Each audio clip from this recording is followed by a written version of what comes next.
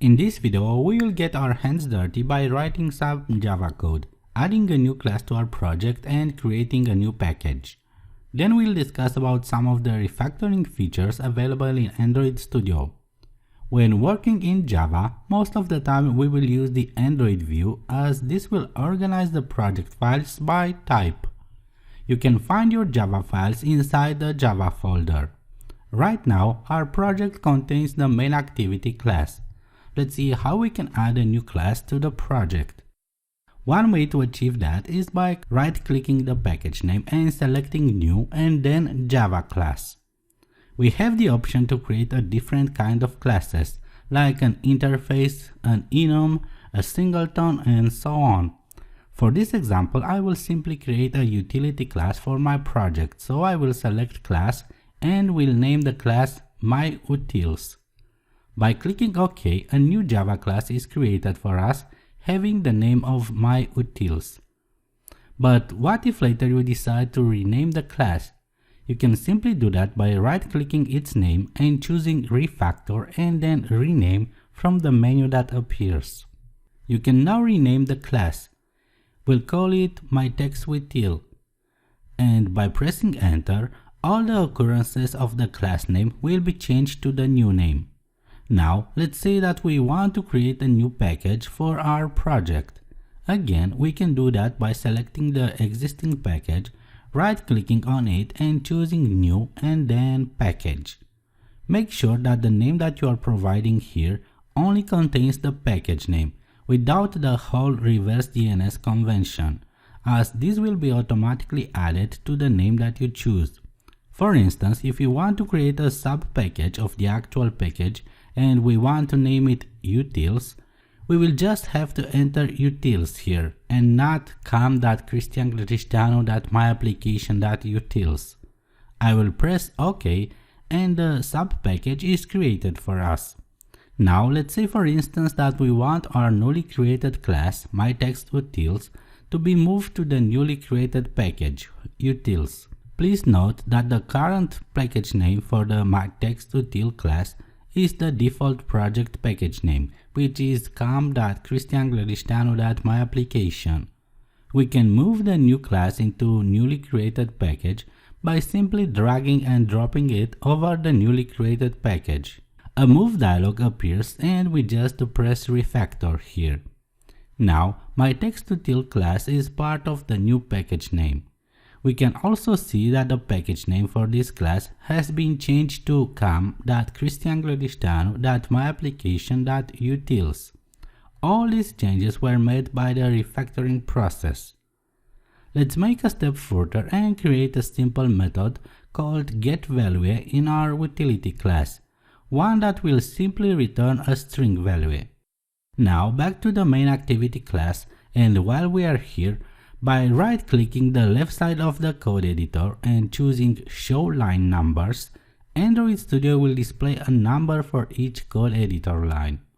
This will be very useful when debugging our application or for presentation purposes, as you can explicitly reference a line of code by its line number. And while we are still here, we can see an icon displayed on the same left side of the code editor that looks like a page with a less and greater signs. By placing the mouse over this icon, we can see a tooltip displaying related XML file. So by clicking this icon, we can quickly get access to the corresponding XML files, in our case the layout file that corresponds to the main activity class. We can also choose to open the Android manifest XML file from here. In my case, I will choose the layout file in order to modify the layout. You can switch between text and design view of the layout file by choosing the corresponding view at the bottom of the editor window.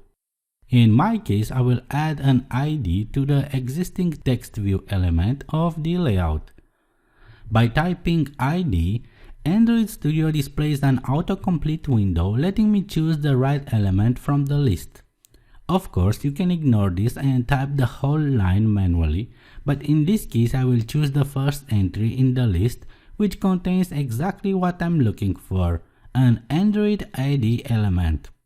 The autocomplete feature works even further and displays the @+id/element, which defines an ID. I will again select that and will just enter the ID that I want to give to the text view, which is my text view. Back to the main activity file, I will use a text view variable to reference the text view element of the layout. So I'll type text view space TV equals, and as soon as I start typing find, the find view by ID method appears in the autocomplete window. Notice that I didn't make the casting to a text view element on purpose in order to see if Android Studio detects that error, and will continue the line with error.id followed by the ID of the text view element, which is my text view. Notice that a tooltip appears over the text view type of the object. That's because text view is not referenced in our code yet. We will need to import the required library in order to obtain access to the text view object. We can do that by pressing Alt-Enter as the tooltip suggests, or we can right-click the text view type of the object and then choose an action from the newly displayed window. In my case, I will choose the import class option, and an import statement will be added to our class. We still got an error on this line, and we can simply tell that by the red underline. We can also see a red bulb on the left of our line, and by clicking that or pressing the Alt-Enter keyboard shortcut, we see that well-intentionally forgot to cast our variable to the text view object type. By selecting the first option, Android Studio will add the necessary code to cast our variable to the right object type. Next, let's try changing the text of the text view element by using tv.setText method, and before going further, let's add a reference to the newly created utility class. So before the text view line, we will type myTextUtils, which is the name of our newly created class. Again, we can see that the type of the object is red colored because we will need to import the class in order to access it. And again, we can use the Alt+Enter keyboard shortcut to do that. But I'll continue typing and we'll create our variable called tu, which will be equal to a new myTextUtils object. And again, we can see our code colored in red. This time I will use the Alt+Enter keyboard shortcut, which will auto-import the corresponding class in our file. And we'll finish the code by passing the newly created object as an argument to the setText method and calling the getValue method that we just created. And while we are here, let's take a look at one of my favorite Android Studio features, the one that allows you to extract a string as a resource.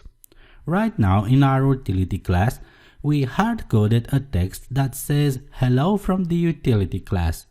Hard-coding text in Android is not a good practice for various reasons. One common reason is that if you later decide to translate your app in other languages, a process also called localization, you will have hard times to do it if the strings are hard-coded and not contained in resources files. So by right-clicking the text, we can see an option to extract it as a resource. By choosing this option, an extract resource window is displayed, allowing you to give a name to the resource, select a set and a file name that will contain the resource. You can also choose the directory that will contain your resource. And this is how you can extract your string into resources. Now let's get back to our main activity class, and let's say that I want to extract the code that I just wrote earlier, the 3 lines of code, into a method. Android Studio offers an easy way to do just that by selecting the lines of code, going to the refactor menu and selecting extract. Now what we are trying to do is to extract those lines of code into a new method.